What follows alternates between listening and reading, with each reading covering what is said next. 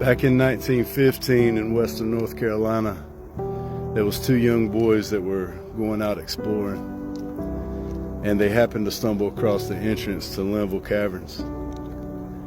And they only had one oil lamp between the two of them, but they decided to go down into the cave and look around. So they got about 60 feet inside of the cave, and the boy that was holding the oil lamp dropped it, and it falls in the water and the light goes out. If you've ever been to Linville Caverns, they can take you on a guided tour. And when you get inside of the cave, they cut all the lights out. And what you'll experience is complete and utter darkness.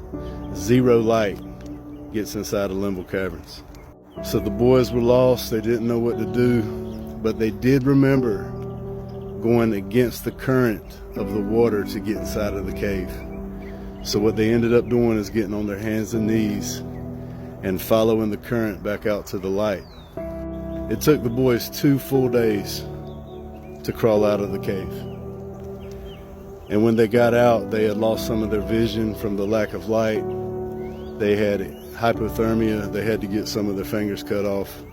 They were beat up, scratched up from the rocks, but they made it out alive from following the current.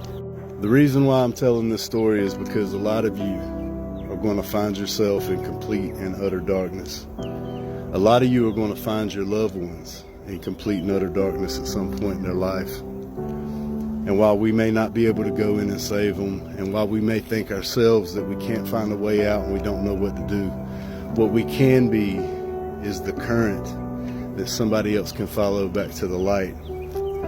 Take a look at the people that are clinging to Christ, that have the light, and follow them back to the light.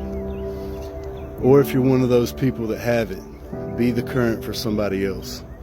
Walk in a manner that other people can follow your current and it leads them back to the light.